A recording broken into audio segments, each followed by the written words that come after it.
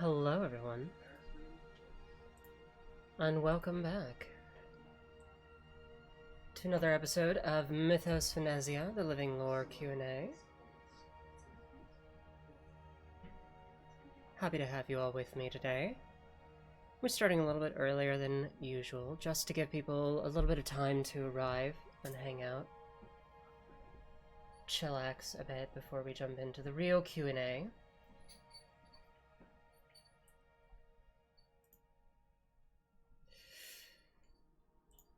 And as we are waiting, let me fix my overlay.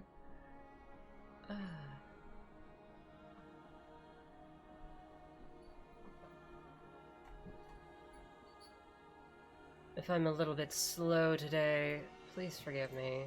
I have continually slept awfully this week, so a little bit exhausted, unfortunately, but dealing with it as per usual.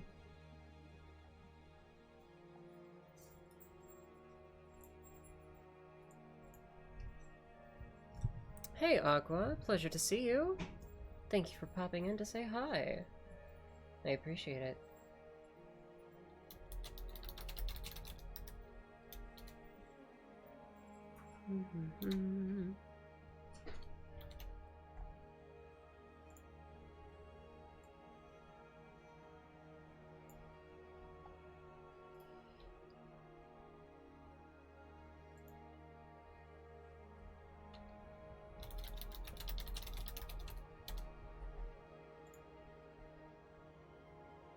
It's been a while that situations have cleared up, so I'm available to chat whenever I'm awake. Fabulous! Yeah, I'd love to hang out and chat again, darling.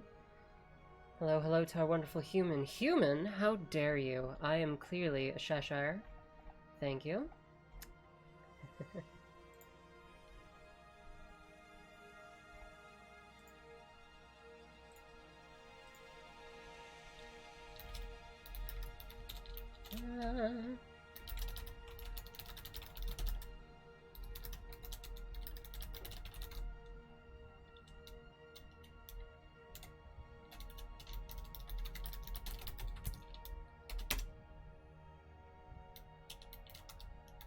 Wonderful, Cato. Indeed, and thank you for the beans in chat.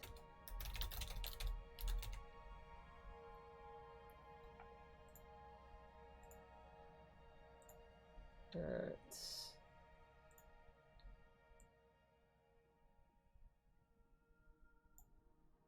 almost correct.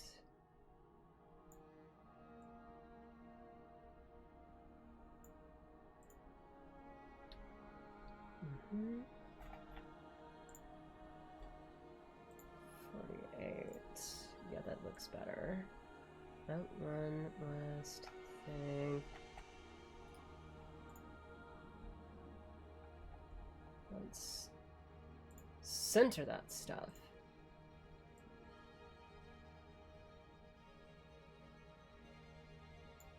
There we go. Welcome, welcome, welcome. Give me a reason to sub with Prime? What more reason do you need than my beautiful self?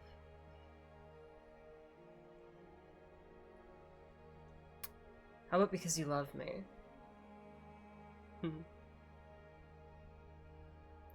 How about because you want to be my sub?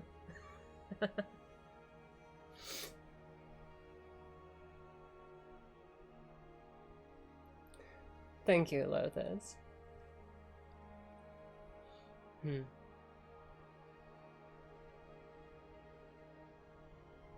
Already was, wasn't it? Well,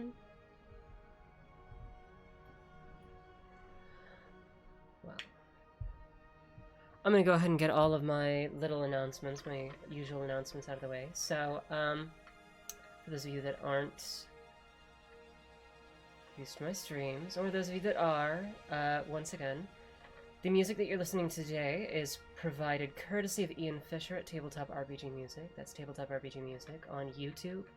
and on Patreon. Give them a look. Their music is amazing. Use them in your own campaigns. The YouTube videos are free. Just do it. It's great background music. I love it. They were kind enough to provide me a license free of charge, so I'll always give them a shout out. Of course, if you enjoy my content.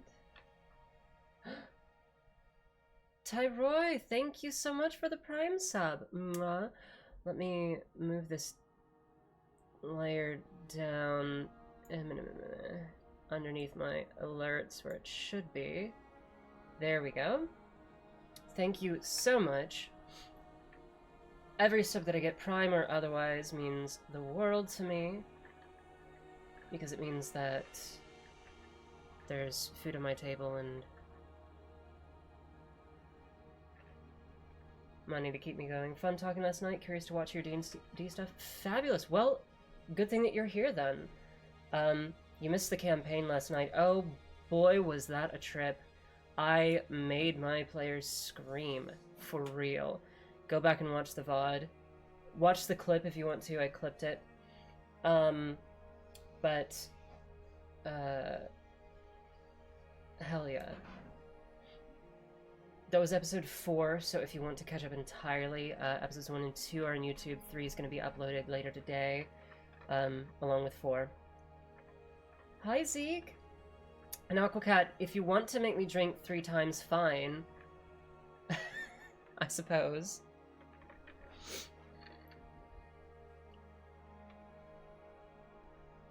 You're welcome to do that. I'm thirsty today anyway, so it's probably a good thing. Hydration! Okay. 1. 2. 3. And now I need to fill this up some more, because I've been drinking a ton of it. I'm gonna have to pee like a racehorse later. Ha ha ha ha. See, it's funny because, I don't know, it's just funny. Just accept it. What other announcements do I have? Right! If you guys, as I was saying, if you guys missed it, the campaign last night was fan-fucking-tastic. I got to introduce a long-beloved character to this campaign, Shesha Avalon, my Cheshire who you see bouncing in the bottom corner there every time I speak. Bro, Xbox said, fuck you, no Game Pass after I played. What? What? Why the fuck did they do that? Oh, you paid 5 seconds ago? Yeah, sometimes it takes, like, a weird amount of time for it to register that. Anyway, the VODs for my campaign are up on my YouTube and my Twitch. Once you're caught up, or even if you're not caught up, you can tune in every Saturday, 10 p.m. Central Standard Time, for the campaign, which proves to continue being full of twists and turns and fantastic trickery for my players. As for today, I welcome you all to the wonderful world of Vanis. We can go ahead and get started with a couple of questions if anybody wants to. If you guys aren't familiar with these streams, I've done a couple before. This is the Mythos Vanesia Living Lore Q&A stream. And the reason I call it Living Lore is because rather than just pouring out lore for you guys, I ask the audience to bring me questions about my world, prompts for me to answer. And in this way, when questions are inevitably asked that I don't already have the answers written to, I will improvise and write them live on stream. It is the questions that you guys ask that prompt me to think about and expand my world. This is how I write, is with this question and answer. So you guys have the pleasure and joy of helping me in my creative process. and witnessing it happen. Cheese is a lie? That's a lie. Cheese is love and life, so heck you. So my camera is super yellow, and I don't know why.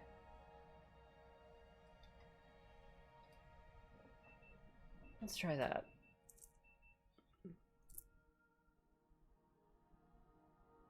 There we go, that's a little bit better. Now I look pale as a ghost. This camera is so weird. Cheese these nuts?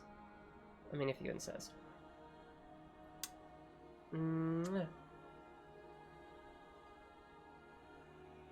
A smooch for Mini Shasha. Do.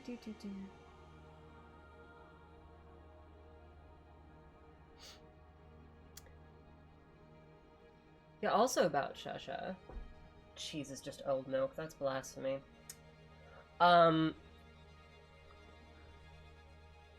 Tidbit of information for those of you that did get to see the introduction of Shasha last night. Shasha is the mascot and inspiration behind my channel. Their little bobbing head down there in the corner. They're the reason that I am called the Grinning Gamer. Because, as a Cheshire, of course, one of my most distinguishing features is my mischievous grin that splits my face. And being a lover of games, tabletop, board game, PC, console, all of that, well, I became the Grinning Gamer. Previously, before their face was my icon on here, there's a sigil that they bear on their forehead, and this was the icon.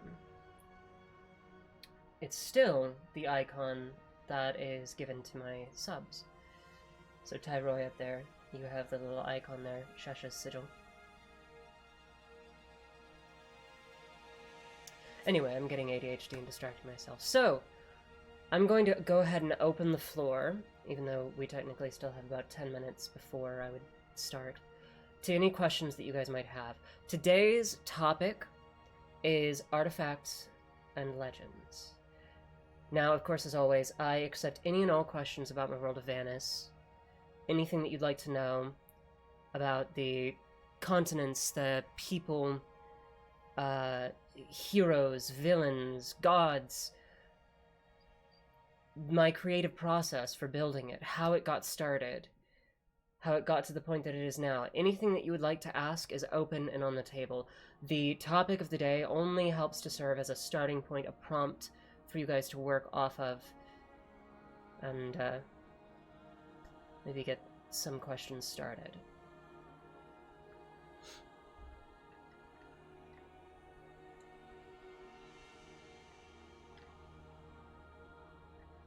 And if, of course, no one can think of any questions, then I can pull up some lore that I already have prepared and just divulge a bit of it to you.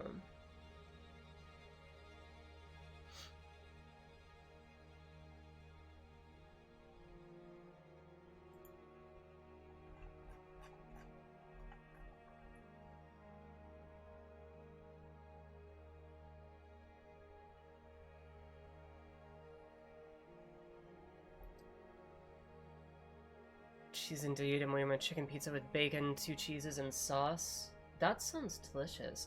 And excuse you what, Aquacat? Alright, Elothus has a good question here. So, which artifact do I consider the most rare in my world? Oh, I can load Warzone, but no Rockstar game? That's weird. Anyway, for Elothus' question, which artifact do I consider the most rare in my world? That's actually slightly difficult, because I don't know if there is a rarest artifact in my world, only because there are many artifacts that are one of a kind.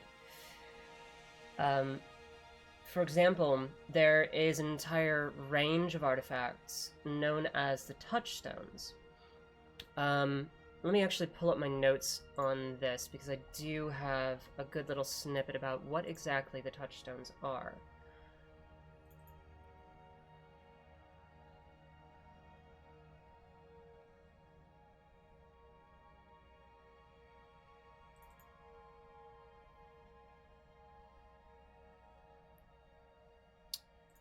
Here we are.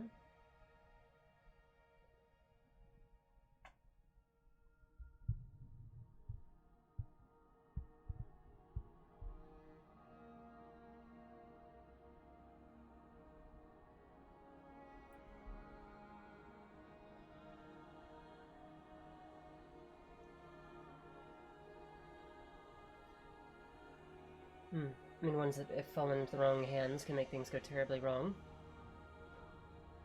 Let me finish this and then I'll get to that tidbit exactly. The Archmagus Azrael of the Amethysticene has this to say about the Touchstones.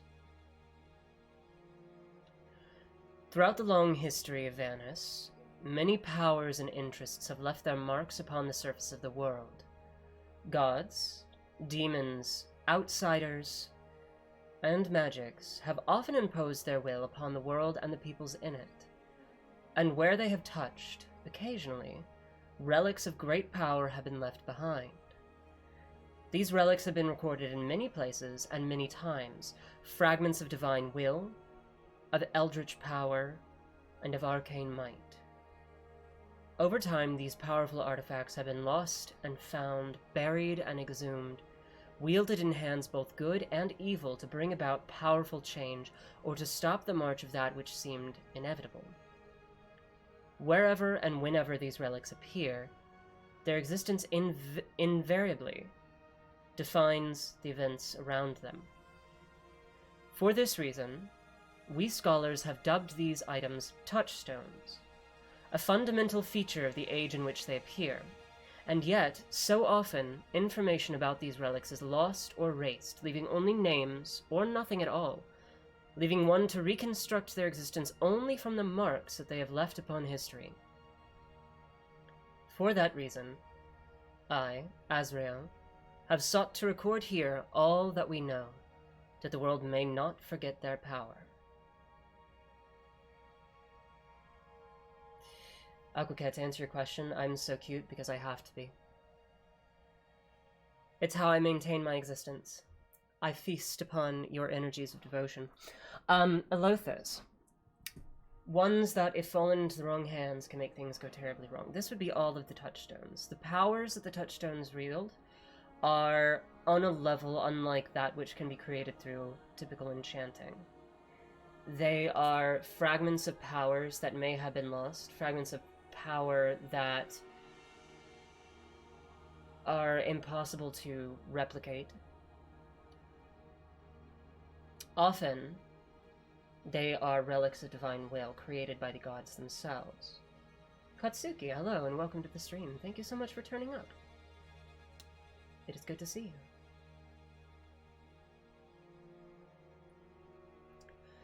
So just to name a few of these artifacts for you, to pique your interest, we'll start with the ones that the party has encountered in my campaign. The first and most important of these so far is the Crystalline Promise, and the reason why I say this is because the party actually possesses this touchstone.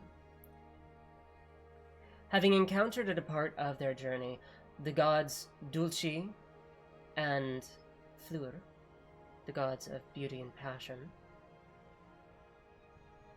they, after doing them some favors, earned favors from the gods themselves.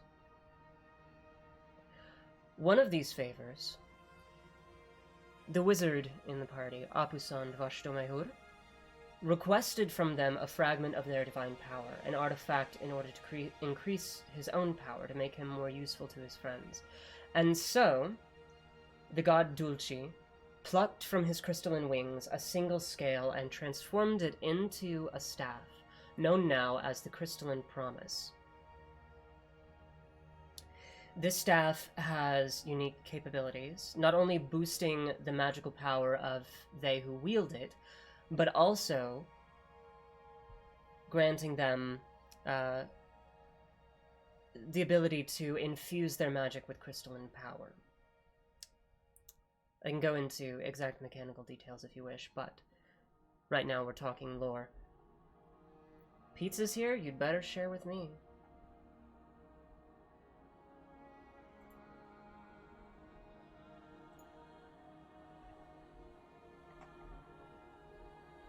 The next important artifact is also sort of in the party's possession. And I'll explain why that's sort of in just a moment. First, though, let me add an image for you all to see.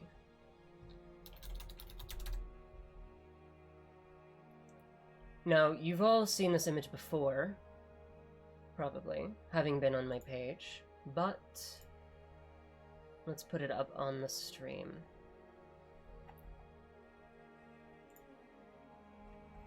No, that would be in this folder, would it not? It would.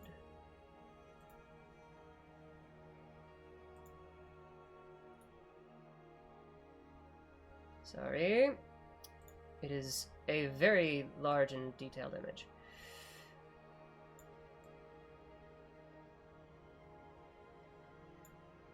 Here you are.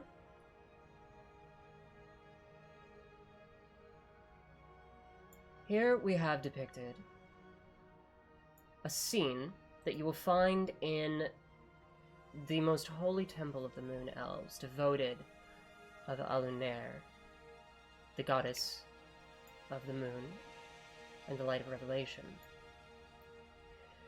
In this scene, Alunair is depicted descending from the heavens unto her followers on the side of a mountain, and pouring from her eyes her very own tears, granting unto her followers one of their most holy relics, known as the Tear of Alunair. You can see them there upon the podium, receiving of this divine gift. Now, ostensibly, there are technically many Tears of Alunair, but there is only one, which is this relic in particular. The Tear of Alunair was the most perfect and the most precious and the most powerful of the tears that she has cried. She descended from the heavens in order to grant this to her people. The other tears of Alunair that exist came after she returned to the heavens, and there she has remained. From time to time, stars fall from the skies, and many times among these stars you will find what are known as Tears of Alunair.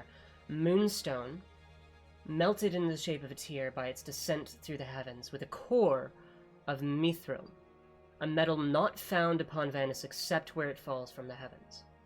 Star metal. Mithril being extremely sensitive to magic, and very good for enchanting, these Tears of Alunair are sought after even by those not faithful. However, all of these possess a resonance not just to magic, but to moonlight as well. In the party's possession is not the exact Tear of Alunair that she descended to grant unto her people, but a very large specimen of one of these fallen stars, which in itself is still, of course, a relic related to the goddess. Speaking of, hello, Aelin. Hello. Aelin here, if you haven't seen the campaign, is our Moon Elven character, devoted of Alunair. Oh. You should maybe show the picture of Aelin. Oh, yes, I could. We can actually jump over to here. And I already have Aelin pulled up. Mm-hmm. So here's Aelin, along with her stats. And in this picture, she's depicted holding the actual Tear of Alunair. This is what the real artifact looks like. The one in your possession, Aelin, as you're aware, is more of a rough white moonstone shape around a core of Mithril. Mm-hmm.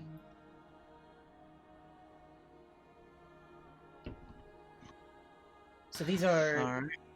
Time to go get the real deal. The real deal. So these are two of the touchstones that the party possesses, but being the inquisitive and divine connected party that they are, there are two more in the party. Welcome back, Elothus. Also in the possession of Aelin is an artifact by the name of Fagwan. Mm-hmm. Fagwan, also known as Arch Enemy, when translated from the native Kin, is a very unique katana. I have its description here. A masterwork katana rests within a beautiful sheath of mother-of-pearl and deep aubergine lacquered wood, intricate designs patterned along its side but half hidden. From hilt to tip, the entire blade is wrapped in thin bandages, each one written with an ominous prayer in Kin, overlapped so that most are unreadable. One is very clear. Mercy in death to the name which he whispers. May it be without cruelty or pain, so Fagwan may never whisper mine. Another says, may forgiveness come for he who the blade draws. The only visible text upon the sheath are the keen characters for Arch Enemy. Though the blade is firmly locked within its sheath by the bindings, the hilt is mostly uncovered, and absolutely beautiful to behold.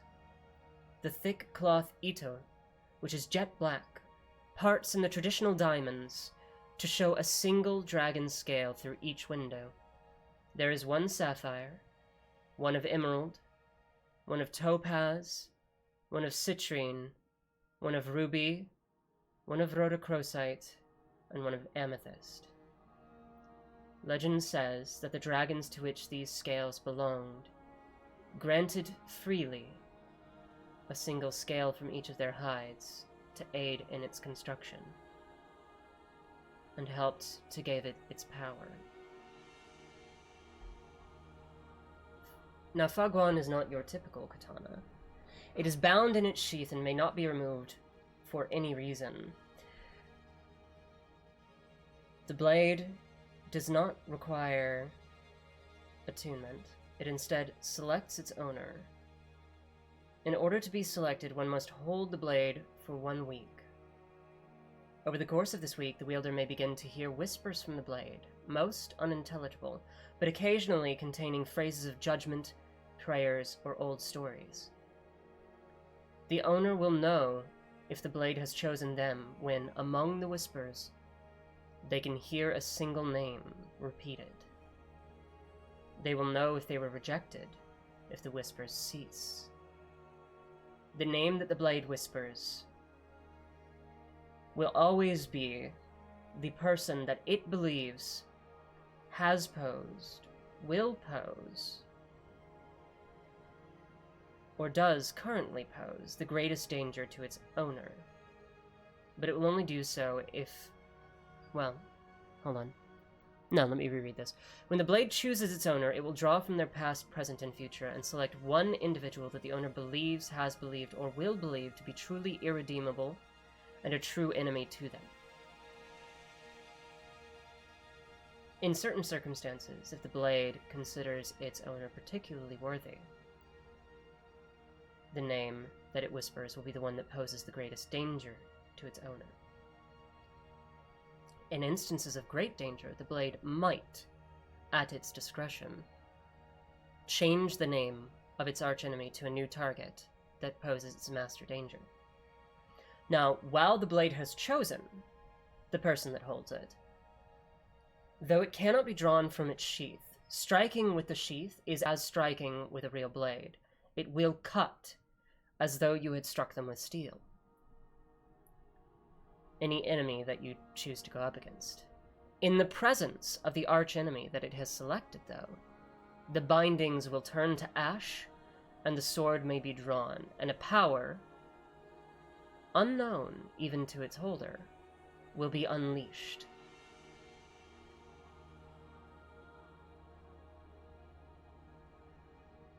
Aelin currently is in possession of this sword, having purchased it from an enchanter that they know for a mighty sum of money. I believe it was 10,000 gold? No, it was 13,000. 13,000, thank you. Sorry, 10,000 was the liar of building. With a 2,000 gold reduction to the price. Oh, yes, because you are good at bartering and you know her very well. Nathrisa, hello. Hello. We were just talking about archenemy. Ooh.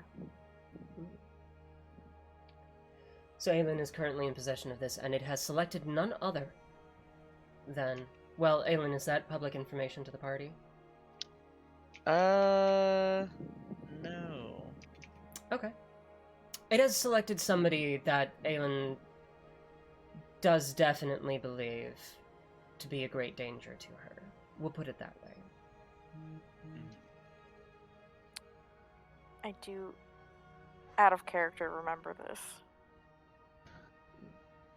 Well, in case the other players watch this, I won't say. Right. Gotta keep my secrets. I remember it whispering. I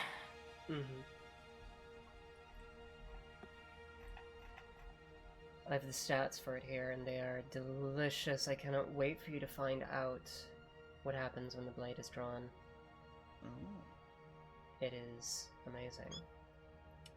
Now, the fourth touchstone that the party possesses, because they're all special beings, is Rosalie. And Rosalie, also known as the Strings of the Rosebound Heart, is an incredibly beautiful violin. This violin is one of a pair. Not twins per se, but they were created together, and they go together. I actually still need to transfer it over to this sheet. Let me find... here it is. Strings of the Rosebound Heart.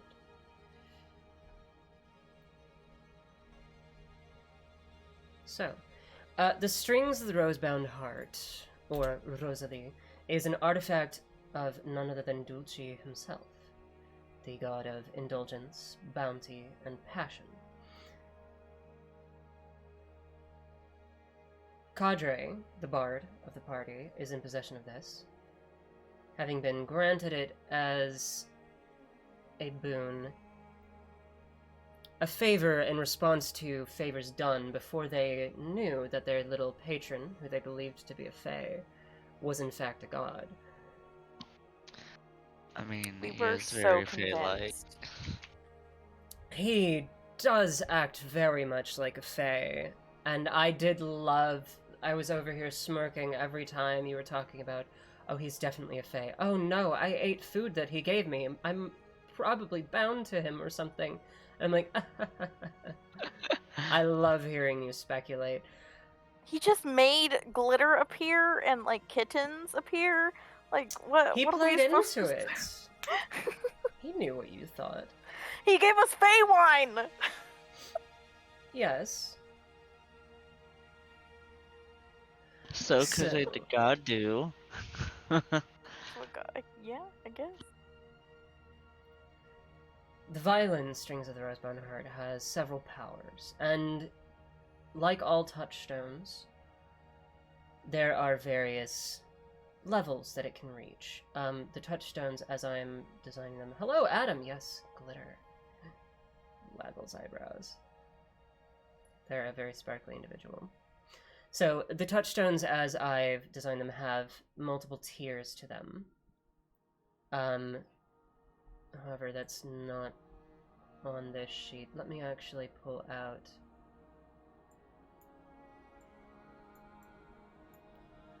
So, we have, if I recall,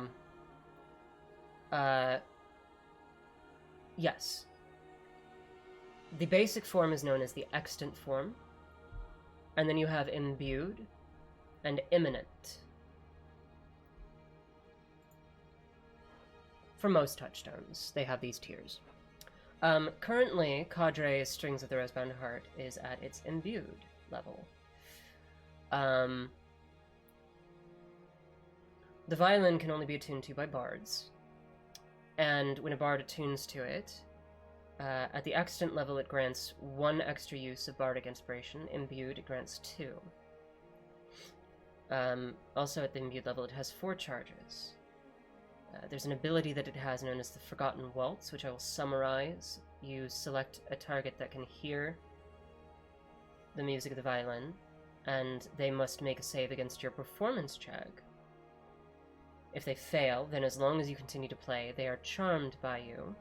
They fall into a trance, becoming unaware of their surroundings and beginning to dance as though they were dancing with a lover. Once you stop playing and release them from their trance, they do not recall their lost time, but may be able to recognize that they did indeed lose time, especially if you did so for a while.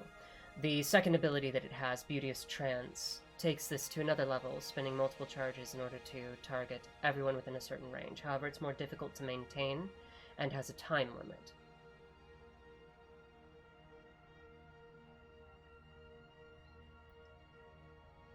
Anyway, this was granted by Dulce, and as the party found out later, one of their friends, Aylin's friend, possesses the other of the pair, known as Fleur de Lis, the touchstone of none other than Fleur. Now, Dulce and Fleur, as the legend goes, and as reality would have it, were lovers at one point, separated, though, by some entities in the most dreadful way possible. The two entities were fused into one, so that they could never be together.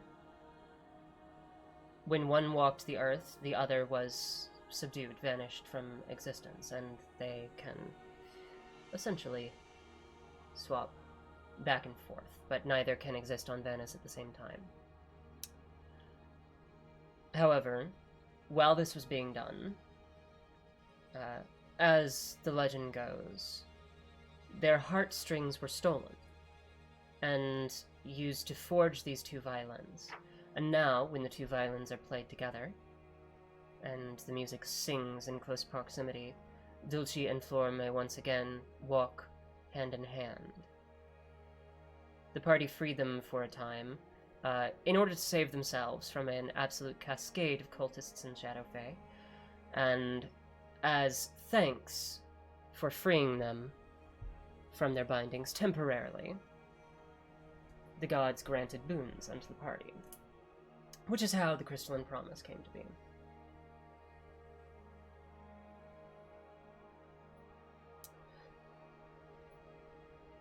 The Crystalline Promise? Apuson's staff. Ah. The one Dulce plucked from his wings.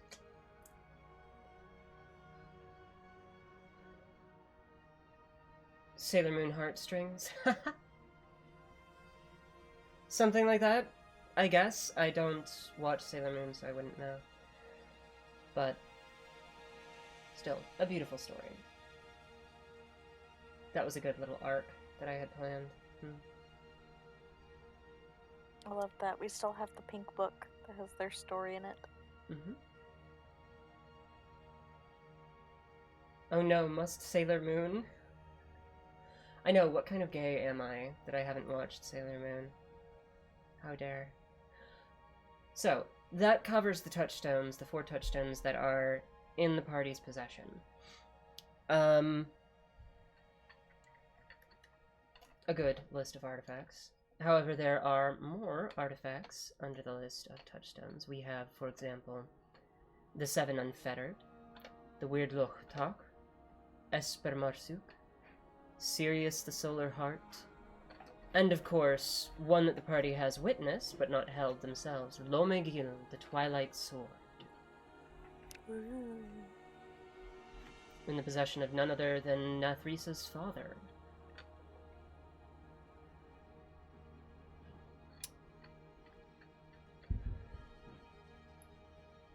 So with those in mind, I believe that gives us a good start, and Elothus hopefully answers your question about the rarest artifacts in the world. There are more touchstones, but these are the ones that the party has at least discovered the names of.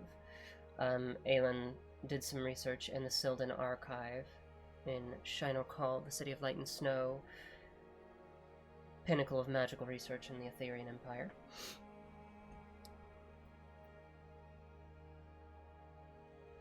And found these names. I'll open the floor to more questions. Anything that anyone else wants to know?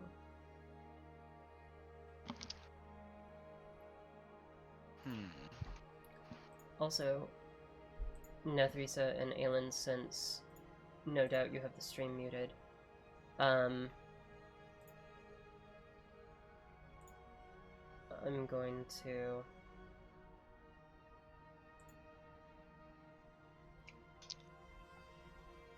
Interesting. One moment. Anyway, here in Groovy, I'm going to post the song that the stream and me are listening to. Ooh.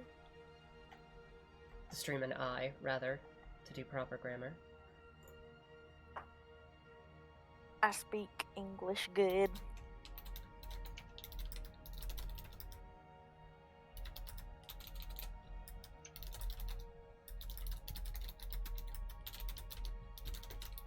I speak English good. I speak the good. I speak the good. Where's Groovy again? Oh. There it is. One moment.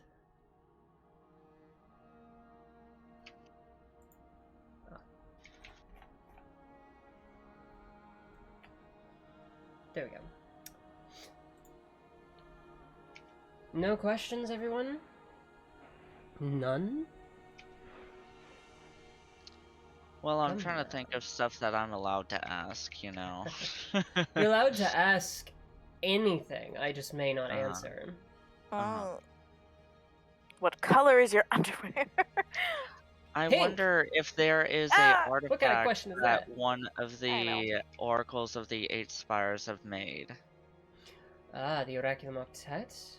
Made, you say? Yes, which ones they made themselves. That's an interesting question. And definitely one that I can't answer. Especially because you have more than one enemy in the Oraculum. I know, shit! There's 3 out of 8 so far. One of whom you thought was your best friend. He was literally my best friend. He's like my uncle. Look, he is still... Why can't I'm you be still both? reeling. I'm reeling from last night. I'm fucking... I know. Goddamn. Y'all gotta go back and watch that clip. For the chat, for who hasn't seen it here, I'm actually going to link the clip. Now, it is sort of spoilers, but also the majority of you don't know the wider campaign, so the name itself will mean nothing to you. It's the reaction of the players that is fun. Fun. Oh, I was living for it. I was so happy. I'm so glad that my soul-crushing anxiety was fun for you. You're welcome. I'm so sorry for giving you panic attacks about my game. No, that's just how devoted we are, though. Whenever I get, like, what's the word, riled up about something, it just makes breathing a little difficult. Yeah, that's fair. I remember I was actually watching the stream just like earlier today because I was like, I just want to relive that moment a little bit, and I heard you saying I'm gonna go get my inhaler. Yeah, yep. That did happen. Also, I wish I knew how to make animations because I would love to do the breakdown scene. Mm-hmm. Yes. Didn't you? I mean, you did a video version of Nethrisa's first Radiant Soul. First Radiant Soul. That was cool. Yeah. That was super cool. I just don't know if I have it in me to do it again. It's a lot of work, darling. Only do it if you really want to. You know, like, you already put out so much art for this. Speaking of everybody who's watching, the majority of the art that you see for the campaign comes from Nethrisa right here. Hey. Fantastic artist. The only exception to this so far is Abusan's art they had that commissioned, and the art of Alunair that I showed you earlier is actually from Lopfnir on Twitter. Let me get that. Will you plug my Instagram? Yes, I will.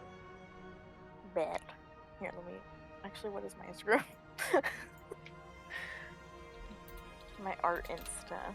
Wow. Sorry, it's Lopfnir. Yes. Here we go. So, a big shout out to the artist that did Alunair, who I'll put back on the screen here. Magnificent work. The detail in this image, absolutely stunning. There's their Twitter if you want to check them out. Mostly they do character art. They've done Geralt. They've done a bunch of League of Legends stuff. Fantastic, fantastic work. Ooh. Hold on. Looks like your last year's model. Oh my god. Wow. Well, that's rude. Let me do this, actually.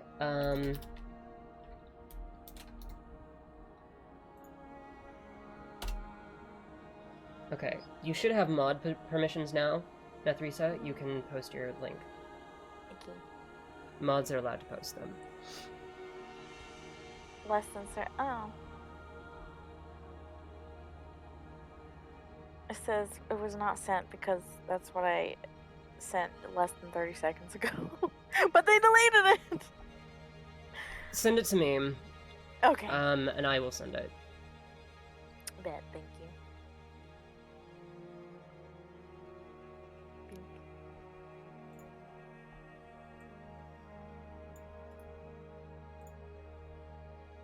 Yeah, my most recent post was the group picture. There we go. I'm very proud of it. Absolutely, which I will actually put that up in place of Eleanor. By the way, would it help if I did like because I can make it so that only one character is on the image at a time if you want those full pictures. Because I think that's the only time I've ever drawn Opposite. That's up to you. Also, my camera is doing its dumbass thing again. Hold on. I'm gonna swap the USB port that it's in.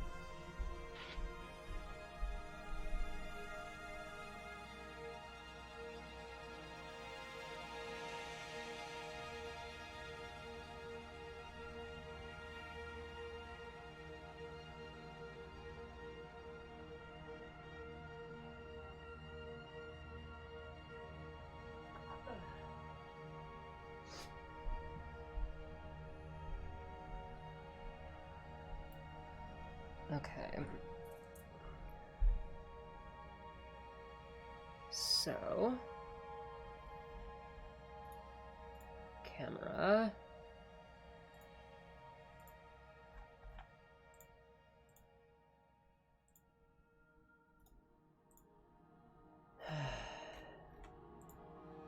It also features the 2 touchstones you were just talking about.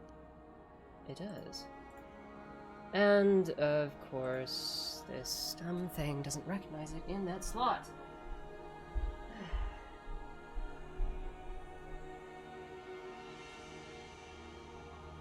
technical difficulties.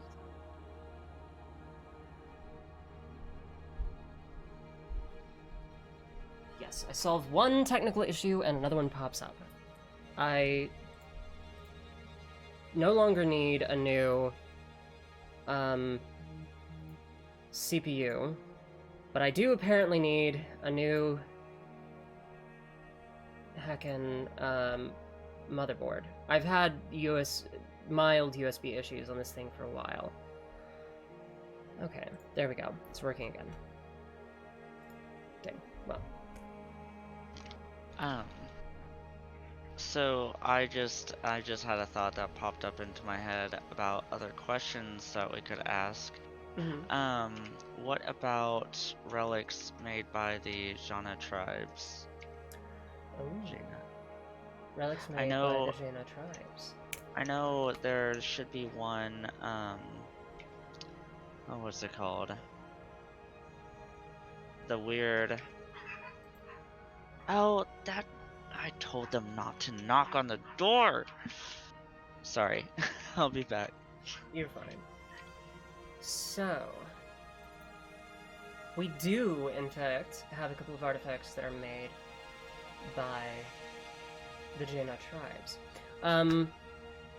Catching everybody in the chat up to speed, the Jaina, if you are unfamiliar, are a sort of homebrew culture race in my world.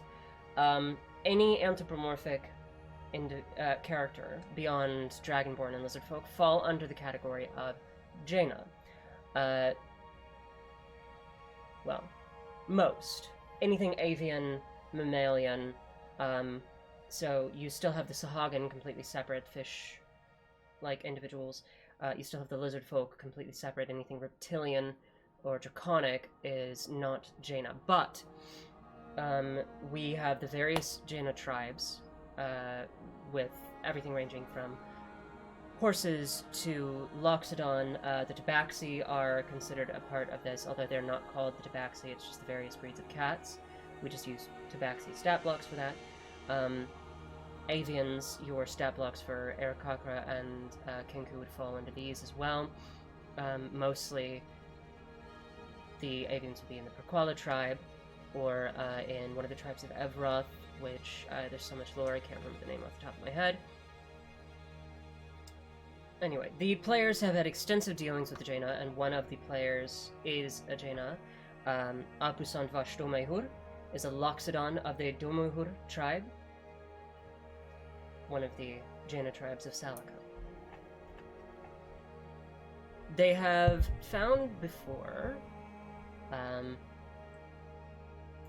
more than one vault of the ancient Jaina people, back when they had nations instead of nomadic tribes.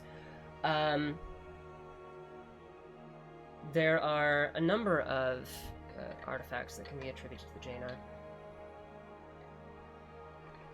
For example, very uncommon to see nowadays. Technically, these are less artifacts and more a resource that is now incredibly rare. Omelon crystals. And Omelon crystals are very they're crystals that interact very powerfully with ether. They can store it, they can program it, essentially. You can infuse very small crystals with incredibly complex enchantments, to the point that it becomes nearly similar to, like, a program. Now that I'm thinking about it, Abusand does have another artifact, an artifact of the Jaina people, known as the Akashic Record. In ages past, the people of Ossaset, ancient Ossaset, one of the Jaina nations, had a mausoleum. And in this mausoleum was interred not the bodies of the dead, but instead their memories. The Akashic Record wields the incredible power of recording. It records the life and memories of those Jaina who have passed. though the hows and whys of it and who was able to be recorded are kind of unclear. When it stopped recording, whether or not it can be full. This is empowered by an Omelon crystal. The tome itself that he possesses is not the Akashic record. Rather, the Omelon crystal that was infused into it is. The tome that he possesses can be infused with a number of other programmed Omelon crystals, and each of these grants abilities. So the one that it came with was the Akashic record, the memories of the dead. However, he also came by the Omelon crystal of recording. And this, when inserted into the tome, now allows him to put books, notes, whatever he wishes, into the Akashic record, the tome, rather. These books are then destroyed and recorded and can be recalled or searched. He can declare certain terms or topics, and the tome will pull up passages from the books that he has put into it that are most related to the topic that he suggested. So it's clear that the ancient Jaina people were a very advanced culture before they were attacked and destroyed by the High Elves. There is... And... I was just gonna say, it kind of brings me to the question of, like, it seems like especially the Archaeos were so advanced that, like, makes me wonder how they were brought down. You've asked this before, and I gave you an answer.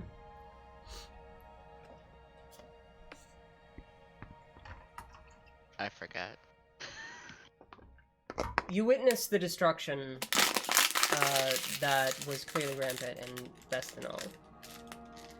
It was very clear that the ancient elves wielded incredibly powerful magics. So although the Jaina people clearly were very advanced in terms of magitech, the elves back then must have wielded powerful relics and spells.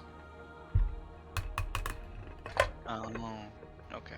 Don't forget that when you entered into the Vault of Vestinol, Agusan's clearly pointed out that that cabinet had within it what appeared to be 10th and 11th level spells that were sealed away, refused to be used.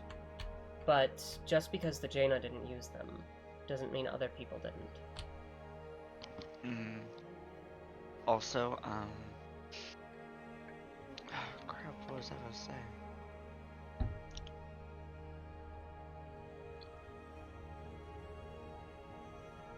Yeah, I lost it. Yeah. But, yeah, makes sense. Oh, they made the Starlight Path, after all. Well, at least that's what we assume. Alothus says, most of the relics are usable as weapons, or they're casual ones too. There are plenty of relics that are not weapons. The Tear of Alunair is a good example of this. It is not meant to be wielded necessarily as a weapon. It is meant to be wielded in what capacity you know, Aelin, as a reliquary of Alunair's light. So, it isn't like a sword. It's not like you summon energy from the heavens to attack your foes. Rather, in her case, it, when bathed in the full moon, absorbs its light, which may then later be released to empower certain things.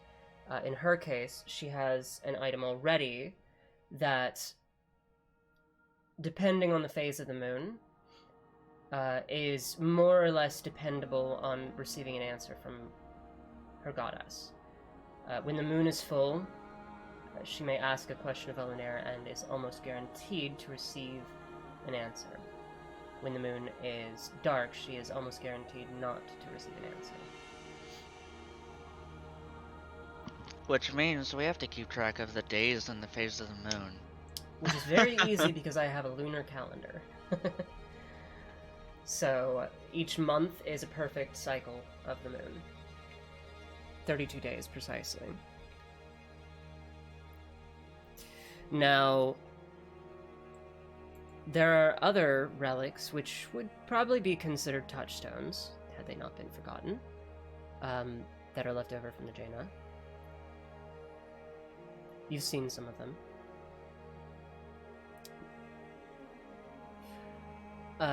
You guys nearly picked up a scrap from the Veil of Hasesh herself. Hasesh being the muse of the moon, and the one who wove the veil, that which guards Vanis from the plains and separates it. But there was also in that room the halo of Thresh, one of the four fallen.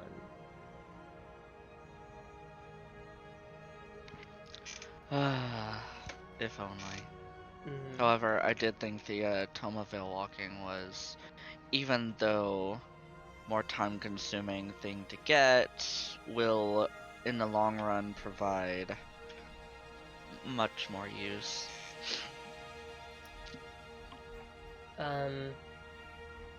As for other casual relics, let me think.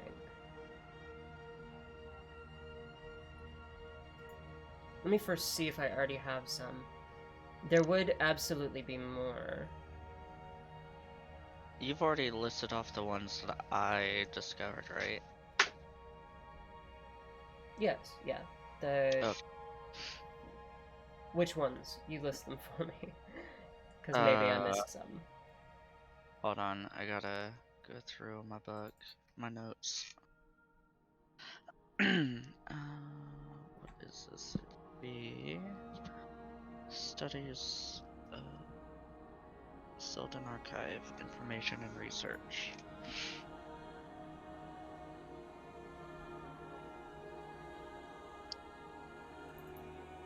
We got the Twilight Sword, Emperor Masuk, I heard you say that, the Weird Lock Talk, 7 Unfettered, Cirrus, Mithril Orchard was technically listed as a touchstone. The Mithril Orchard is not really an item. It's a place and a thing, and really difficult to encapsulate. So it's hardly a touchstone, also because it very clearly doesn't exist on Vanis. It exists beyond. Right. It can only be accessed through the Starlight Path. I can't particularly list that as an artifact. Are you ready for me to discover it? Oh yes. Let's see. What else? Oh, yes. Another artifact that the players possess. Not a touchstone, mind you, but an artifact nonetheless, is the Hand of Kaladun's Hammer. Oh, true. Mako purchased this. It is a singular item, so it is an artifact. And this, Elothus, would be a casual item, because its effects are thus. Well, firstly, once this hand, yes, it is a hand, belonged to a chosen of Kaladun, the god of the Forge. A nigh undefeatable warrior who led the dwarves of Reichtum Fife in battle against their neighboring nations, some of the last of the mysterious Alderkrieg, the battles that precluded the fall of the old dwarven empires. However, it is said that his righteousness soured into cruelty, and his god abandoned him, breaking the seal of protection placed upon him and allowing his enemies to cut his blessed hand from his body. But the other blessings that are upon the hand persist, and have kept the hand whole throughout the ages. A creature that possesses the hand of Kaladun's hammer is considered to have expertise in smith's tools. Additionally, when smithing weapons and armor, they know how to stretch materials further and forge quicker. The amount of time it takes to smith weapons and armor is cut in half, as are the costs of the materials. Additionally, a creature that possesses the hand of Kaladun's hammer is able to make masterwork arms and armor with significant ease. These masterwork arms and armor have special effects and bonuses without the need for enchanting. Now, masterwork arms and armor are a thing that do exist in my campaign. I'm currently in the process of building a crafting system that relies on a separate set of classes that you build up aside from your fighting classes. It's like a Final Fantasy crafting class. Yeah, it was very much inspired by the way that Final Fantasy does its crafting classes, with essentially abilities to expedite the process, make it easier, make it more likely to create something of higher quality, that sort of thing. So you'd have when you gain proficiency in a set of crafter's tools, then you essentially are then able to start gaining levels in that class. When you gain expertise, you gain a level, and push the cap from 10 to 11. Although I'm considering making the cap 20, so that I can have more granularity. But we'll see, because I've only barely scratched the surface of creating this thing. Right. So look for to that in the future, people. Especially if you are a part of my Patreon, which if you don't know, patreon.com/theGrainingGamer. I do release homebrew content from time to time. The homebrew items, creatures, weapons, whatever, that we create during Homebrew Helper every other Sunday are always free, but they are posted on there, so you don't need a subscription to get them.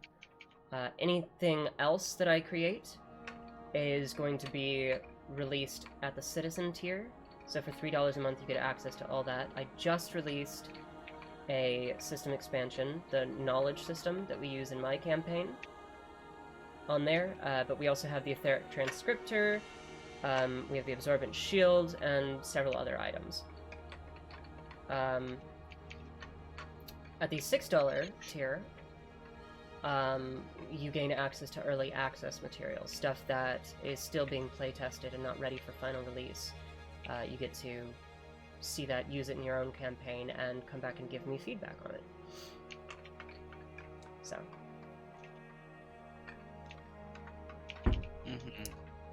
Eventually, the crafting system will be released for playtesting at that tier, and then once it's finished, will be. I think that because of the size and scope of it, it's probably going to be released as its own supplement. Right. So $6 tier will get to playtest it, and likely will get the final version as well for being subscribers and playtesting it. But anybody else, I'll be releasing it separately. Don't quote me on that. I haven't decided yet. Clip it now. No, don't. Alright, well, I just wanted to pop my head in and say hi. I'm probably gonna go make dinner here. Absolutely. Well, thank you so much for coming in. I love y'all. Love you too, and I'll see you next week. Bye. Bye. Any other questions? It doesn't have to be about the prompt that we have today. Well, I was gonna say, it said artifacts and what? And Just legends. And legends. Well then, what about any kind of... Oh, well, you can't answer this. Never mind. Well, I'm curious what it is, though. The islands where people have gone and never return. Oh, Tetra. Tetra, yep. I mean, there are plenty of legends surrounding it. There are legends that say that it is itself a creature and that it devours any who come close. Not many people put stock in that. There are legends that say that it's the heart of an ancient civilization and that a barrier still surrounds it, and that all who attempt to pass are just destroyed, never to be seen again. there are legends that say that there are people that are living on it even now that proclaim war against any who intrude and just destroy them. Whether or not any of these are true, and there are more, it has yet to be confirmed, of course. How about any legends regarding what is beyond the mists? There are plenty of legends regarding what is beyond the mist. The common man doesn't really think about it. Plenty of people don't even really care or know about the mists. They're content to live in their own little... Yeah, they're content to live in their own little world. As for what is beyond the mist, some say that it is void, that there's nothing. Some say that it is the edge of the world. Some believe, plenty believe, that there are continents beyond, that there are other lands that cannot reach Vanis, and that Vanis cannot reach. Some say that the homes of the gods exist beyond the mists. Oh no, that's interesting. Yeah, you know, Halen. I was about to say Halen. Halen! you know, Halen really interested in that.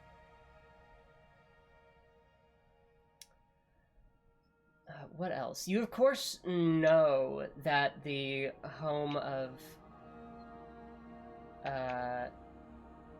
Wait. Actually, did Kadre share that? I won't talk about that. The home of his people or something used to be in the faraway land because of like stuff with his ancient ancestors. Yeah, I just don't know if that's information that the other players have, because Kadre can keep secrets too. You know. Speaking of, I saw them pop in and out. I don't know where they went. Oh, fabulous. Here, hold on. I've been tagged somewhere in the server.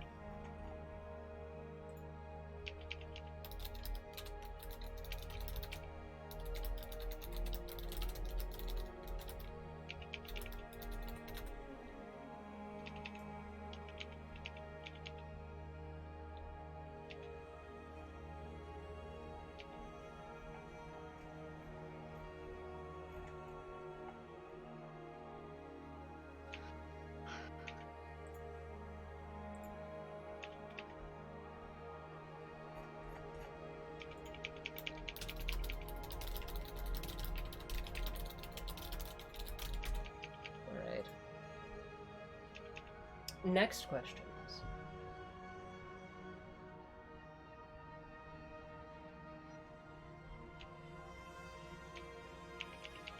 What else do we have?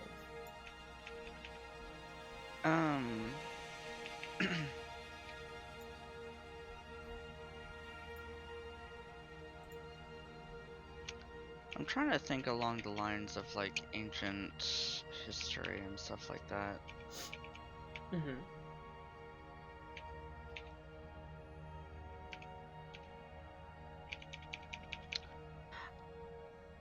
I'm curious, like, how much information are the legends about other planes, or how much is maybe known and not so much just legends? Well, that depends on where you go. But most of the time, very little is known about the planes. On average, most people don't really know that other planes exist. Because so of the way... So it's just like a, I mean, kind of real life thing, you know? Yeah. Only certain people know about the third dimension. Something like that. It's, because of the way that Evaness is so isolated, because of the veil that protects it from the other planes, it is rare to have interaction from other planes. So in Until I order start to dreamwalking. know... Until I start dreamwalking. Well, even then that's still rare, because that's just you. Yeah. The majority of people who know about other planes are, of course, the Moon Elves, being protectors, and then mages, and very learned people, because there are writings about them. So if you do enough research, you'll, of course, eventually encounter them. And even religious folk will eventually encounter them, because certain planes are known to be the domain of gods. Let's see, this talk about other planes makes me think. All planes besides the main one have a ruler? Not in mine, no. Not every plane has a ruler. There are several planes that do, because there are several planes that are essentially the domain of a god. Like, you guys have set foot on Mechanus, because of your brief interaction with, an emissary, Ormender from Mechanus. So having set foot on there, you don't know this, but I will throw this out here for the other people, and just don't take notes and forget that I said this. Oh. The plane of Mechanus is ruled by the mechanical god Eurus. And that's... Don't you dare. That's a very interesting topic. We're going to skip over that one. Adam, are we still in D&D, or are we talking metaphysical now? We're talking metaphysical D&D. We're talking planes of existence within the scope of my universe of Vanis. Oh, I was just joking around earlier about the real world. Yeah. That was a joke.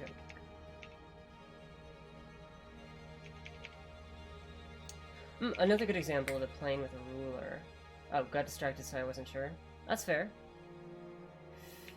Another example of a plane with a ruler. There is a plane that is completely under the control of the god Evaness, known as Arrakis, the Eternal Prison. What about the Never? The Never? The Never is certainly not common knowledge. Anyone doesn't know about it, but yes, it does exist in my setting. Okay. It is, so, since you're already familiar with it out of character, let's see, Adam, I was going to bring something else up, but it doesn't go with D&D. Well, it depends on what you were going to bring up. Again, this is a Q&A about my world, so, I'm still happy to chat with people, so if it's interesting, as long as it doesn't distract too much from what we're doing, that's okay. But anyway, the Never is an interesting plane of my own creation. It is the plane of the lost. It is where all things that are forgotten go.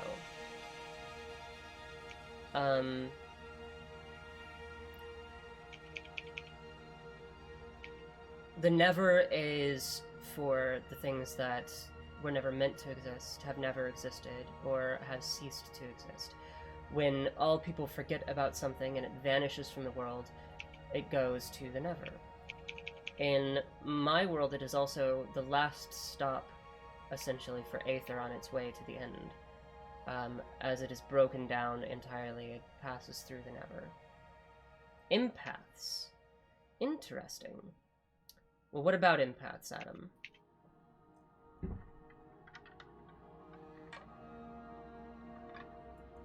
You have my attention.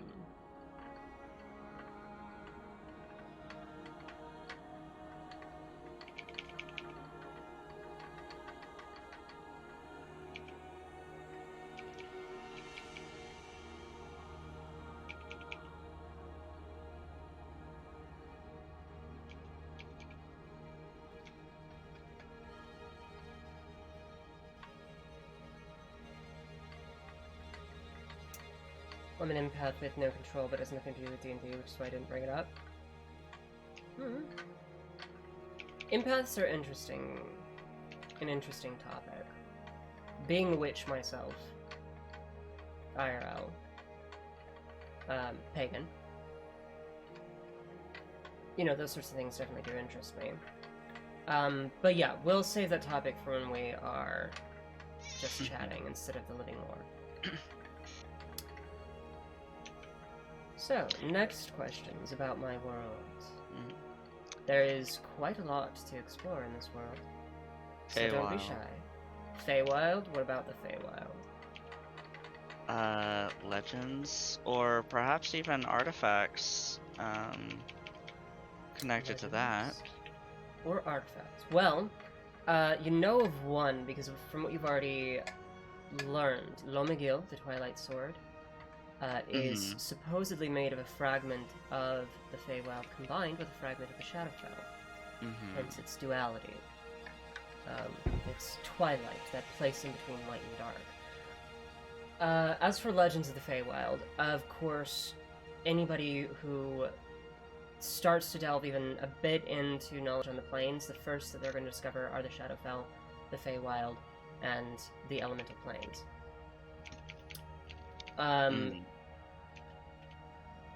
Legends about the Feywild. Well, legend does hold that the Feywild was originally the home of the Elves, but this was before they were Elves. The High Elves in particular believe that the Feywild was always meant to be their home. It is what they're tied to, and it is a part of their very essence what makes them who they are. As for artifacts from it, that's something that I will think on while I answer this other question. IDK if you make it 2, but it's some Lovecraftian plane. Yes. So there are Eldritch Horrors, of course, in my world. There are things from the beyond. Cheshires? Cheshires? That's different.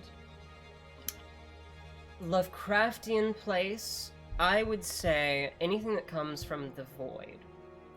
So, the void is the place before all things. It is the infinite darkness. It is the empty. It is the place that existed before time. And there are various creatures that come from here, most of which can be essentially attributed to the level of an elder god. Because to exist in such a place, you must have elevated your consciousness beyond reality. Beyond this level of reality. So, while to the mortal mind it may be a void, perhaps there are places there that are simply incomprehensible to us. And the creatures that can survive in such places are therefore incomprehensible and of so much greater power that they may seem as gods.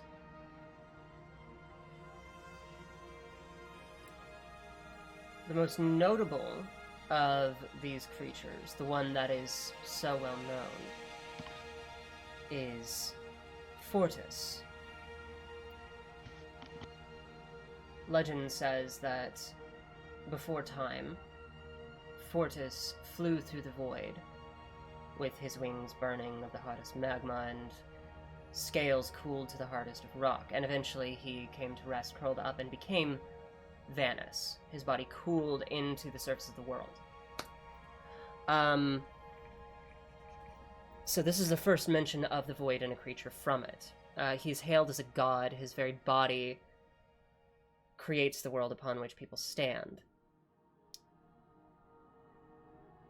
There are others, though, but I can't name several of them because they aren't known. Wouldn't the one that was shown to Cadre be counted? There wasn't a creature that was shown to Cadre, though. There was a place, a glimpse of Cadre's homeland. Yes, so let's touch on that. Probably a brain dinner, yeah, something like that. So, let's talk about the history of the lizard folk. Cadre was very curious about the history of the lizard folk, whether they had any connection to Dragonborn, where they came from, why there were so few of them. On their adventures, they had not met a single other one. And so he started talking to people, and eventually encountered this blood in a vault that called to him, made him instinctually want to drink it. Eventually, through speaking to the right people, he found the legend of the lizard folk, and essentially it's this. A long time ago, there was another continent far away, and to this continent, from the void, from the very heavens, there fell a creature from beyond the stars, an elder god. It fell and it died in this place. And to this place, to this dead elder god, there flocked a number of dragonborn, and other creatures of Evaness. The dragonborn in particular, though, took interest in this being, and wanted to learn its secrets, its power. But a mistake that they did not account for was the fact that gods do not really die. Creatures like this do not really die, and even should they die, as we know it, they still dream. The dreams of this creature transformed the landscape around it and transformed the people around it. And they furthered this transformation through the partaking of its blood to gain its knowledge and power. A very dangerous practice, because in doing so, they took on a part of this elder's being and glimpsed knowledge that should not be able to be comprehended by mortal minds. So many a person went mad in the process. But through the years, their bodies and minds were transformed and they became the lizard folk. Some were transformed and became the kobolds. And there's others, but we won't talk about that because that's not known by the party yet. Anyway, eventually, through shifts in the world, this continent was locked behind the walls of mists. A massive earthquake rocked the world and split a place in the ocean, and as the water poured in, a new wall of steam formed, and it was lost beyond the mist forever, forgotten. Some lizard folk remained, those that were on the other side of the world, wall, rather, when it formed. And so small populations do still exist in this world, but the original lizard folk are lost. And what is happening to them, what they have become, is unknown.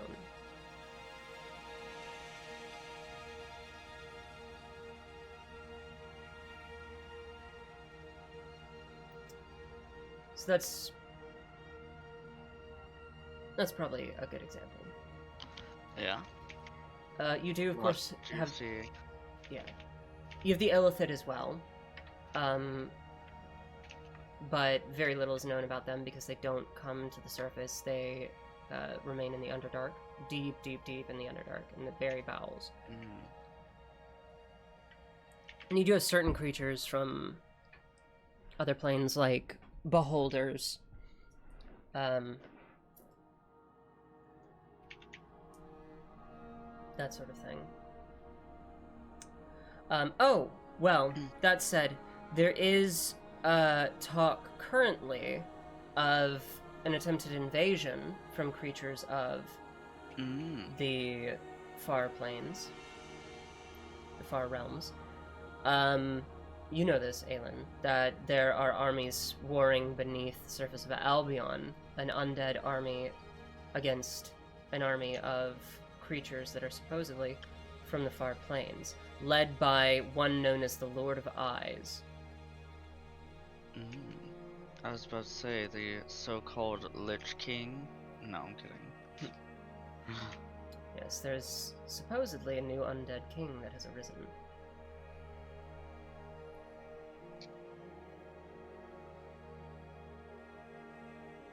So, Next questions. I will leave it open for the viewers. All right. Well, dear viewers, what questions have you for me?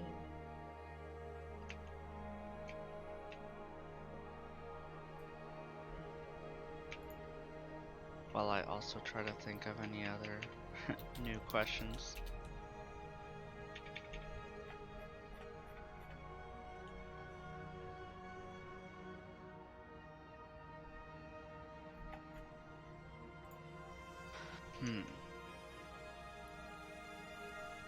Anything at all.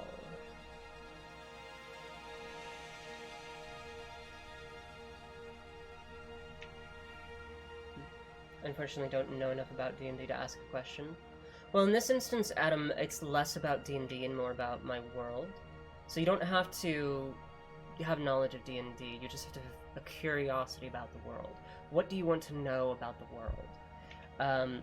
It doesn't, need to be a question about the mechanics or about the particular creatures. And it can even be a question about, like, how I've designed particular aspects of the world. My creative process, that sort of thing.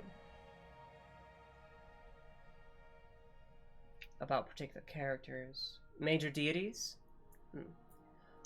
We have definitely talked about the major deities before, but it has been a while, so let's go ahead and look at those. We have plenty of people who weren't here for those.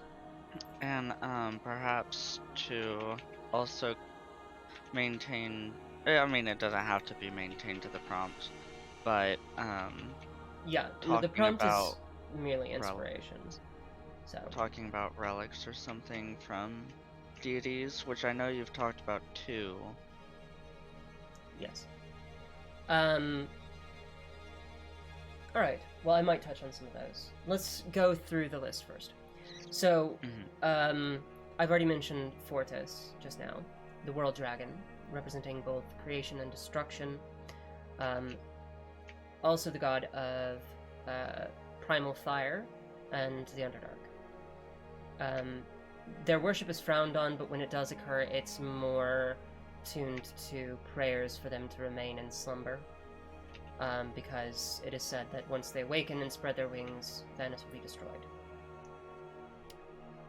Then you have the mother and the father of all, Surgaya, the Lady of Fate and the Future, and Evaness, Lord of Darkness and Vanishing. These two were the two first gods to emerge from Fortis when Vanis was still forming. Both of them are considered roughly good gods. They are not widely... Well, they are widely worshipped, but only in particular areas, because there's now an ongoing war between the followers of Surgaya and Evaness that has been going on for near 1,200 years. And after a 10-year peace, one of the longest in history, longest formal peace in history, rather, the followers of Surgaya from the Holy City of Aramea and the followers of Evaness from the Holy City of Duskmorrow have declared war once more. Just recently, a couple sessions ago, before we started streaming our sessions. So their incessant infighting is why they aren't widely recognized on, like, Albion and certain other continents. Rather, they are recognized, but they are not given direct worship. Moving on. We then have the first children of Surgaya and Evaness, the triplets, Ardent and Zur, brothers, and their sister Aurum. Ardent is the god of growth and civilization. Zur is the god of the golden sun, one of the two twin sons of Vanis. And then Aurum is the goddess of gold and greed. She's technically a lesser deity. Then the fourth child is Sanguinum, the god of first life, and goddess of blood. After that you have Imber, who is created by Surgaya and Evaness shortly after these four children, when Zur flew into the sky and burst into flame, forming the golden sun. They drew up the last of the primal fires, and formed Ember, the goddess of the red sun, to keep him company in the sky. And so now Vanis has the two suns. Next you have Thresh, goddess of the forest and nature, patron deity of the druids. She is, of course, the one that created the plants and the beasts. Well, the plants, rather, formed nature, while Sanguinem tended to life such as beasts and men.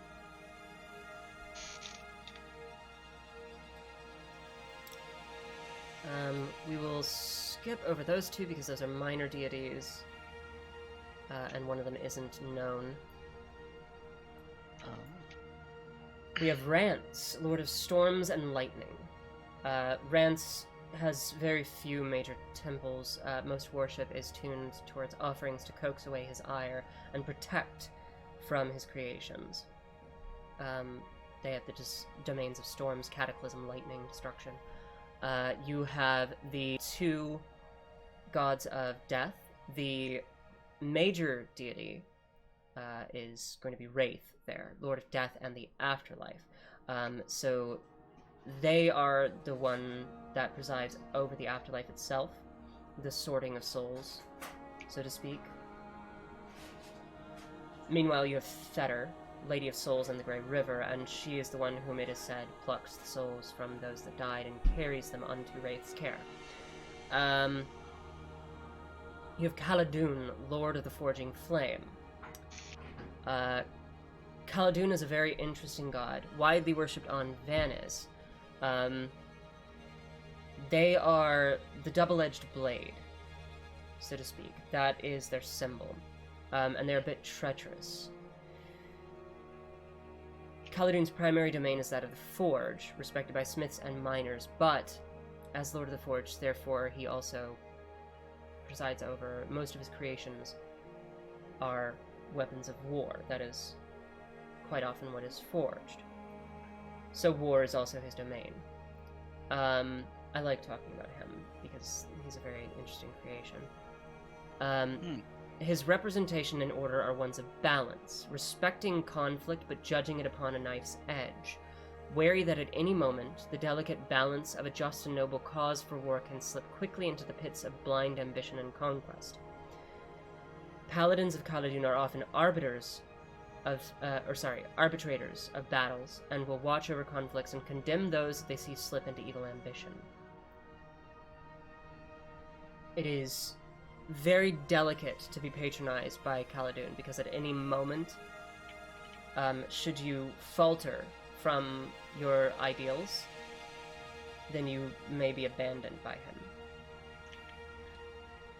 Let's see, Verdant and Sheehan are both lesser gods. We have Adwin, Lady of the Tome. She's a very important one. She is the goddess that presides over magic, and one of the few gods whose lore centers around her actually ascending into godhood. She was not born a deity. She earned her place in the pantheon.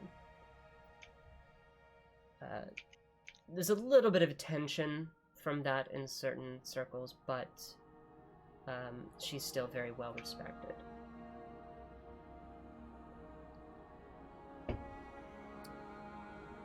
Vanis has quite a lot of ocean, and so we'd be remiss not to mention Crest, Lord of the Waves.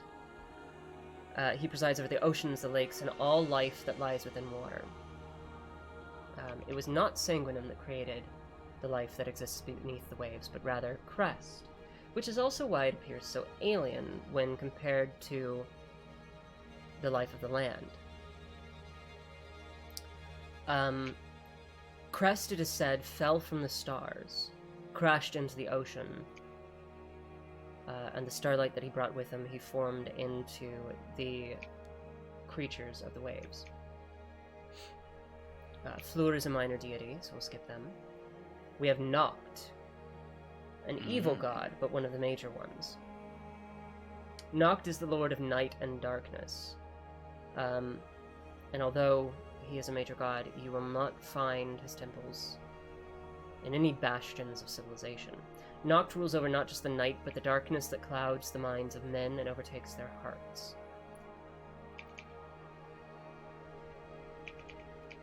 He is said to have inspired many of the beasts of the night, if not created them himself.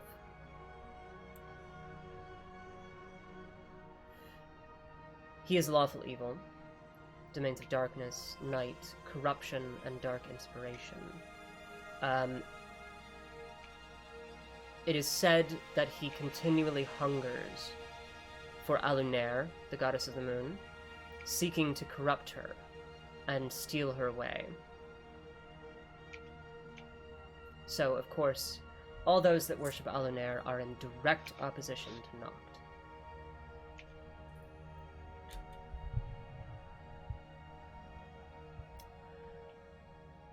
Of course, then we should mention Alunair. Now, Alunair is, technically speaking, one of the lesser gods, but only because of the domains that she presides over.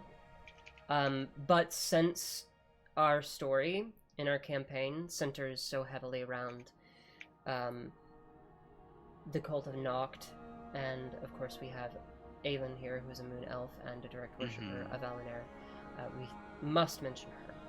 So, Alunair is the brightest source of light in Noct's night. She stands as a beacon in dark times, and those that worship her fight against the evil beings of the night, calling upon her light to break through the darkness. Ever does Noct seek to corrupt her, and long has he lusted for her, wanting only to corrupt her light and keep her forevermore. Her domains are those of light, protection, and most importantly, revelation. One of her key aspects and a form of worship of her is the revelation of secrets. For her light breaks through the darkness of ignorance and shines upon that which was hidden. For this reason, moon elves typically love secrets. They love discovery of them, and the sharing of secrets is seen as a very intimate act among moon elves. We've talked about this before, so I won't go into too much detail on that. These are most of the major gods, although I am thinking about updating this list. I think I need to tweak and fix some based on how my lore has changed, and possibly add a couple more. Especially oppositional gods, like the evil gods. You, of course, know about Felis, but I can't consider Felis an evil god, necessarily. I can't consider Felis a major god, because their existence has literally been erased from record in most places. So... we just got lucky. Yes. You delved deep enough. We can talk about, as well, I can quickly mention, these are not considered major gods because they're not a part of the main pantheon, but they are the most important gods for the Jaina. The Muses. 4 of them. You have Razesh, Minesh, Hasesh, and Sharesh. And these 4 are worshipped by the Jaina, who, although they recognize the other gods as well, believe that they were created by the Muses, and therefore patronized by them.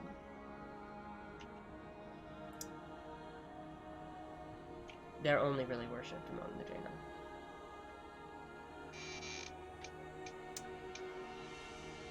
So hopefully that answers your questions for the gods. As for relics of the gods, we've talked about a few already, but we also have... I mentioned Sirius the Solar Heart, briefly, just in name. Sirius the Solar Heart is attributed to Zur, god of the Golden Sun. It is said is a fraction of his power and light. I actually need to find the tidbit that I wrote. Here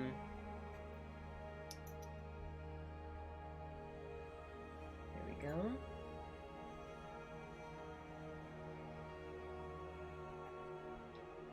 Right.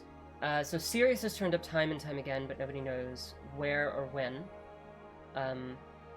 it will appear. When it appears, though, it is fairly obvious, as though a star had been plucked from the heavens and placed upon the earth. It is theorized, and mostly confirmed, that Sirius is attributed to Zur and Ember, and it is usually the paladins and clerics of these gods that find it first. Those that hold Sirius hold starlight and sunlight in their hand and burn with the light of day, no matter how dark the night. Fire cannot scald them, and they are more blinding than any angel in all the heavens. However, like any heavenly flame put upon the earth, those that hold it eventually turn to ash, and Sirius vanishes with them.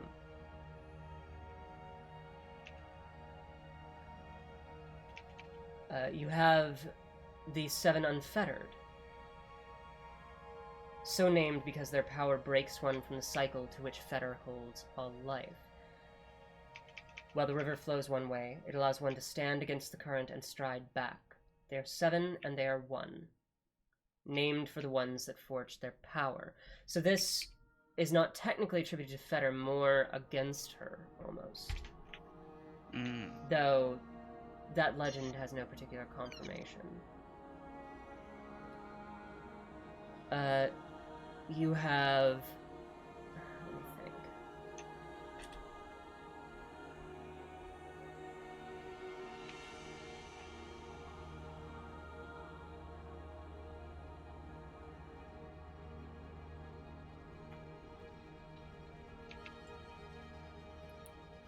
What others would be attributed to gods?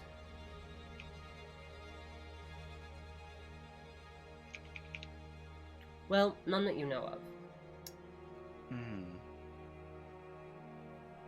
But there are definitely several artifacts for gods that you don't know about. Oh! No, there is one more that you know of. The Midnight Sword. Oh yes, the Blade of Noct. Unto Noct's chosen, the Herald of Darkness, they call them, whenever they appear, is granted a blade of pure night. It is darkness incarnate, and its powers manifold when wielded against those who worship Elenair. To slay those who have devoted their faith to Elenair with this sword, posture check, is to empower it. And so one must be cautious when facing down the Herald of Darkness. Oh, I just realized my desktop audio is turned off, so the sound redeems won't work. Well, here, I can fix that.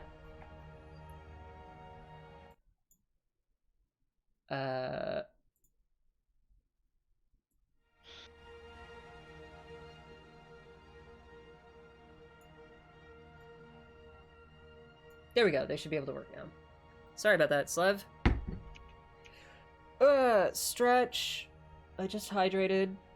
And 2 smooches for Shasha. Mwah. Mwah.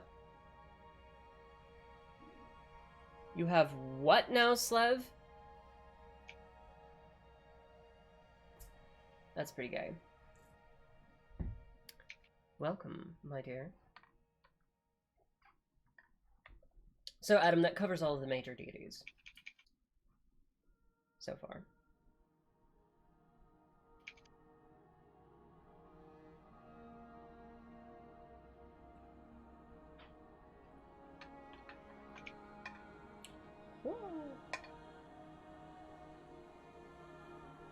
I don't remember them all, but thank you. No worries. And if you are in the server, technically I believe I have snippets about most of the major deities penned in the known lore section, which should be just above the...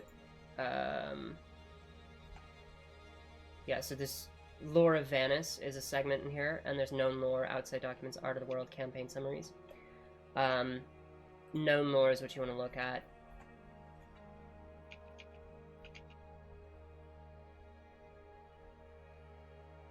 I do need to update those, though, as I update the gods.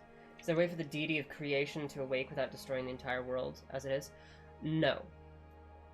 The unfortunate fact is that Fortis, his body is the world.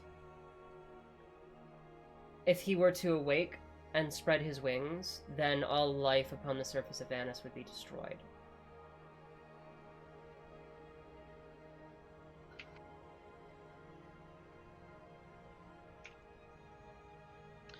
So let's not have that happen. At least until Rex is like, you know, it's been a good run. Goodbye, Vanis. Goodbye, world. Yeah. Whenever you're really mad at your players, you awaken a god. Yes. Just...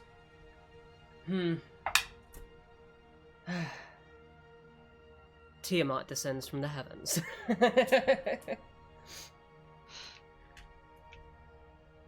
It's like, but why? You have angered me. If they're ever really mad, Shesha will appear. Shesha appeared last night. They were very friendly. Yes. But why? Slev, Like, why you were they missed so friendly? My session last night? I made my players scream. You have to go back and watch it. You have to. It was terrifying. Good. We had to take a 10-minute break so that everybody could stop panicking. Legit. Yep. I was on day 15 of work. Ew! That's gross.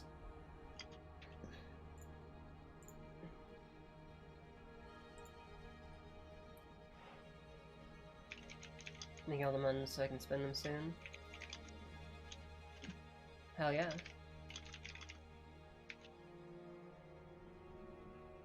Alright. Next questions. We have about 30 minutes left in our stream.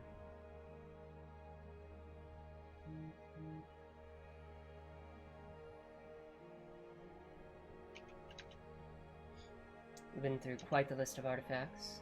Talked about a couple of legends. Mentioned the gods.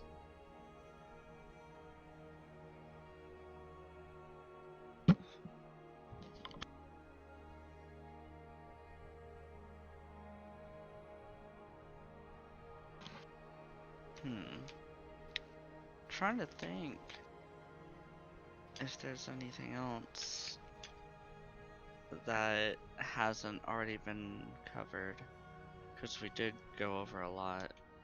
We did, yeah. I would just start spouting shit, but like, honestly, I've been sleeping so terribly. Oh yeah. I need prompts. I need people to ask about things for me to be able to think about them. Like, thank you for being here. Yeah, absolutely. Of course.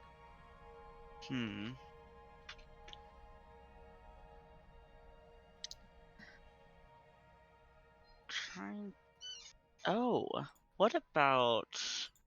Oh, the place that Zoru is over with the,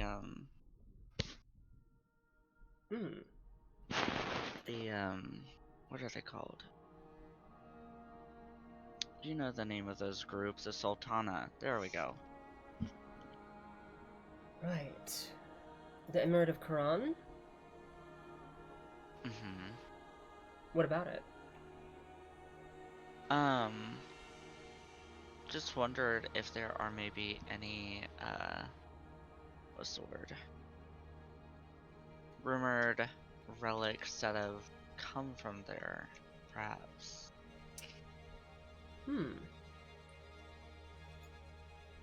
There are, in fact. So Zoru, being the one that led his people to freedom, in a war against the Sultana, freed the territory now known as the Myrtaqron from their control. There are many stories about his feats of strength and battle, and the magic and artifacts that he wielded. Now, this is stuff that I'm making up right now, so give me a second, because my brain is slow today. Oh, you're good.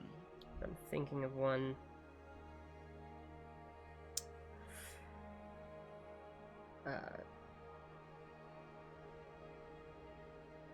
They say that an item in his possession allowed him to command the sands. Oh. Which, of course, being in the desert, was powerful indeed. He's oh, what's the word? He's Zagara of the Sultana. So he could whip up deadly sandstorms at a moment's notice, shield his people from harm and sight, and essentially take the enemy unaware. Let me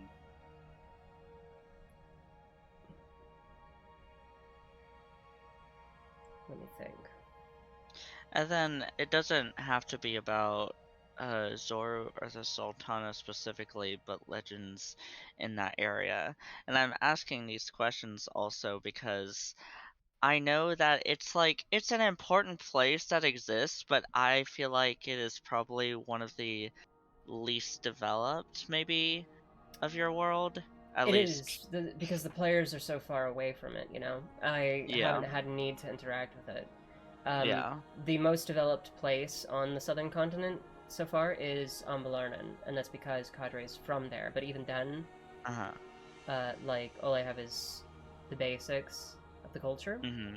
I feel like, I mean, it's only a small possibility, but with the greater story arc that's coming along, that's involving, like, you know, the underground armies and whatnot, that touching the Sultana might come into play at some point.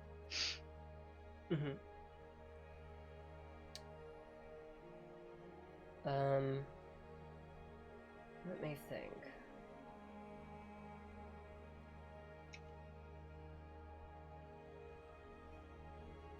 You know, since my brain is so dead today, I'm going to pull on some inspiration for this. So, let's just vibe for a second as I look at some stuff real quick.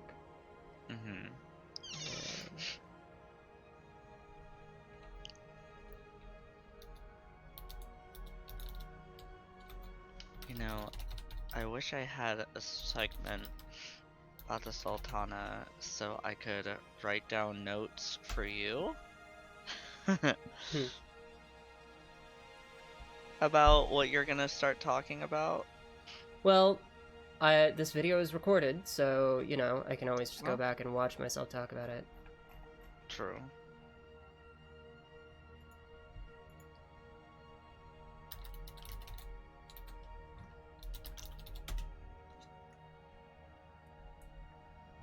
Okay, let's see.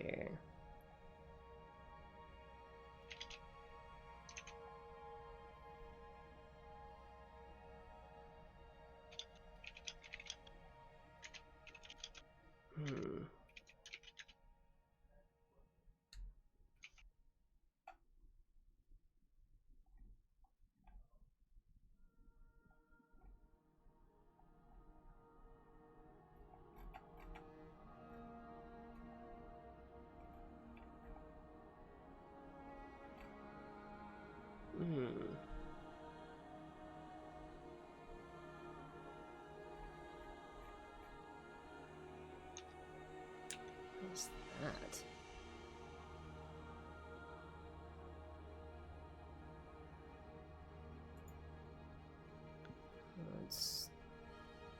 try this.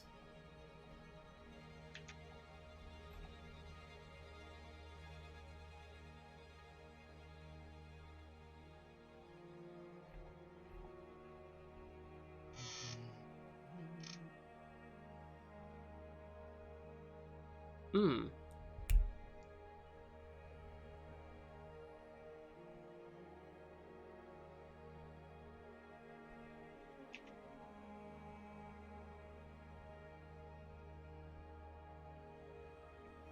I'm thinking something like the Scales of Judgment. Mm-hmm.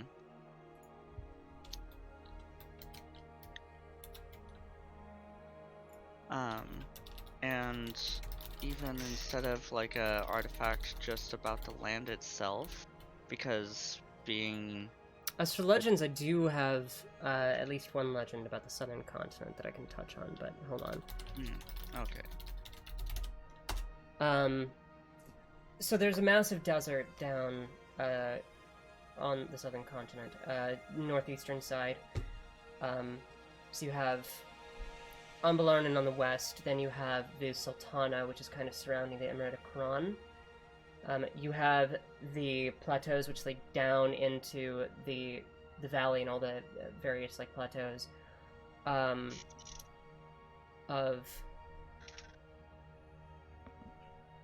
Hell, I always forget what the conglomerate down there is called. It's...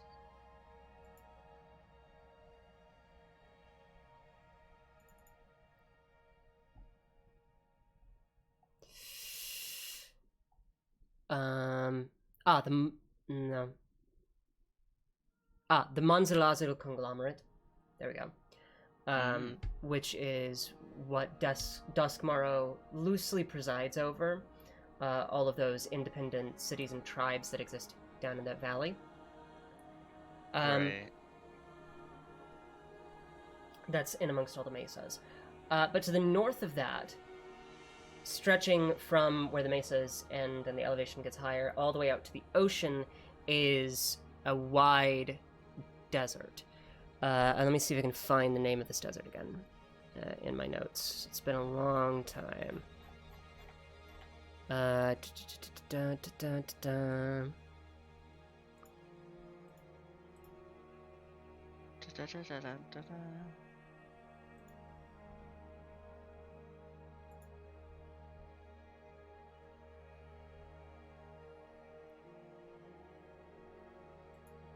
It's the Syrian Empire.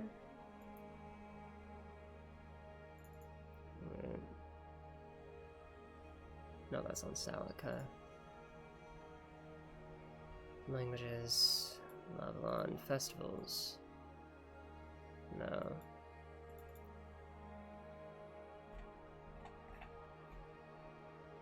That's old shit, out of date. Starlight Paths, Cathedral Myths.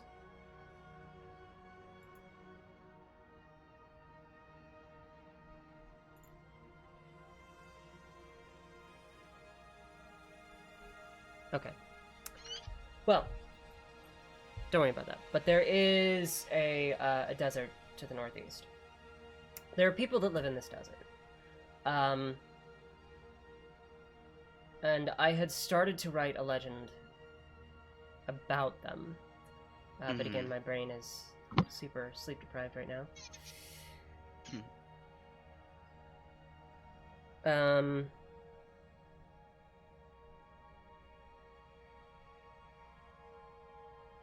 Let me see if I can piece this together.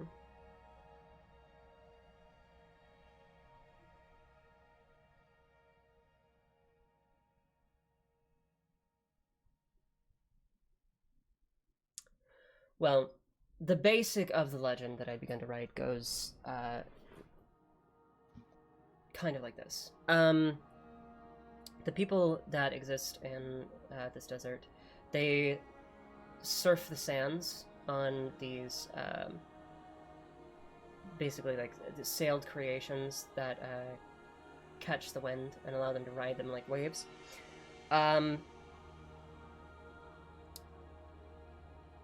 They say that they were, in the past, a great and powerful civilization that was able to harness the power of the sun, but Zur became jealous and cursed them and destroyed much of their creations, and their king was left to wander the desert for his sins. And they say for 3 weeks he wandered without food or water, weeping for the loss of his people until all of the water in his body had run dry and his tears turned to crystals and salted the sands. To this day, the desert is made of dark sand, and in it can be found minuscule crystals and gemstones that make the whole thing sparkle like starlight.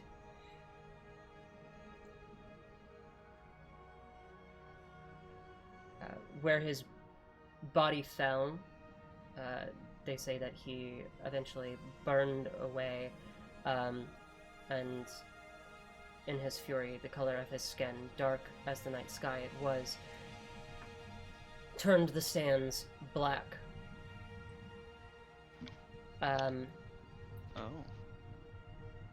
As a last act of retribution against Zur, where it would absorb all of Zur's light and heat.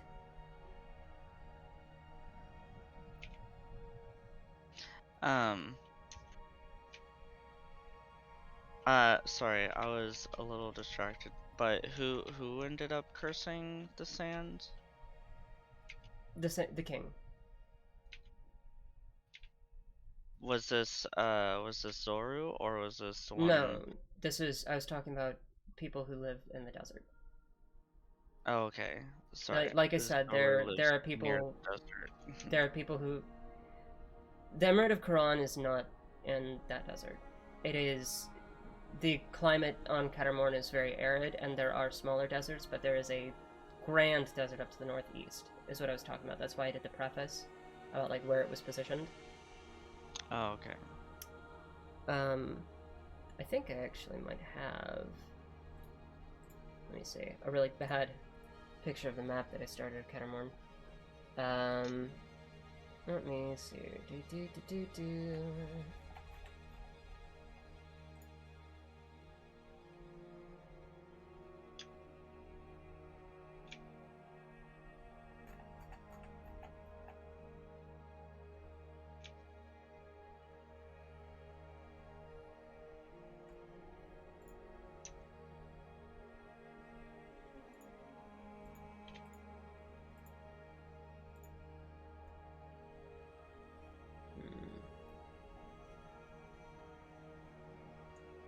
I do not.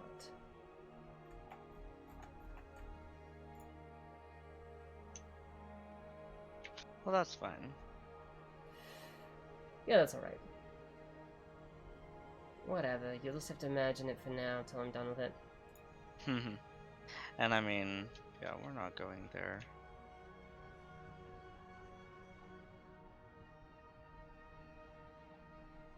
Well, anyway.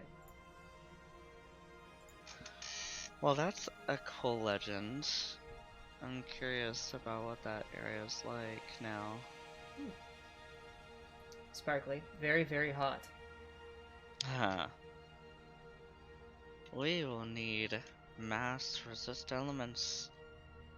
Yes. Well, good thing Apasanta has that. But it doesn't last forever.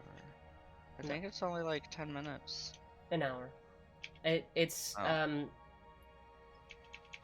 what is it? It's so protection from energy is 2nd or 3rd level. Mass protection from energy is 4th level, and it lasts for an hour. It lasts the same amount of time, but you can target, I believe, up to 4 people. An additional 1 for each level above. Could be wrong. I could have made it 3rd level. Whatever. I'll look it up later.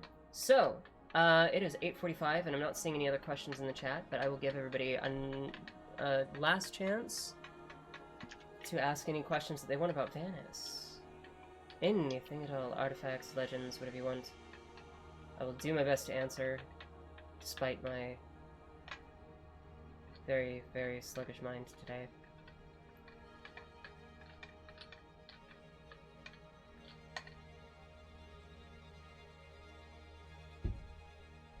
You're all good. I feel like you've talked about a lot.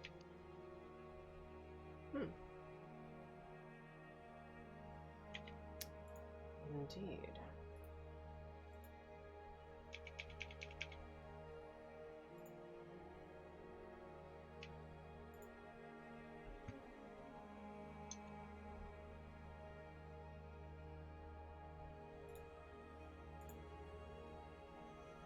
Well, in that case, we'll just call this stream to a close. As always, thank you all for turning up. I really appreciate you all coming out to support my stream. As always, seeing all of you here makes me happy all the time. If you enjoy the content that I produce, that's a good night to you, Adam. And we'll pick out somebody to raid here in just a second. But, right, if you enjoy the content that I produce, please consider supporting. Subscribe to the channel if you wish to get cute emotes. I'm about to get some new emotes. My roommate, who is a very fantastic artist, has agreed to make a couple for me. I will be replacing the third tier and putting in some more into the bit tiers. Unfortunately, I need 4 more subscriber points before I unlock new emote slots. So quick, find me 4 more subscribers. But anyway, that aside, man, my mind is all over the place. Right, if you don't want to do subscription, we do have a donation link in the About page. You can donate directly to support the page more directly. We also have a Patreon, patreon.com/thegrinninggamer. As I mentioned earlier, I just released a knowledge system supplement in there. $3 tier, the Citizen tier, gets you access to that, as well as several other homebrew items and creations that I have made, such as the Etheric Transcriptor. Our lowest tier is just $1 for general support. So if you just want to show your love, then it's super cheap, $1 a month.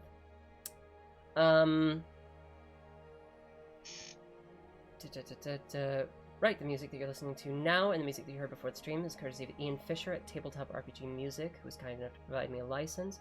Check them out on YouTube and Patreon at Tabletop RPG Music. I will probably be streaming after this, a very low-key, maybe just doing Tales of the Abyss, continuing a bit of that, since I don't have a massive amount of energy tonight, but will definitely be up for several more hours. But that'll be another hour or two before I go live, so. Catch us live every Saturday at 10 p.m. CST for our ongoing Mythos Vanesia Nightfall, our D&D campaign. And catch us every Sunday at 7 p.m. CST for stuff like this. With that out of the way, I wish you all a fantastic night. Thank you so much for tuning in. I hope to see you again. I love all of you. Let's pick somebody to raid. I think Karnith is looking mighty fine today, so let's do them.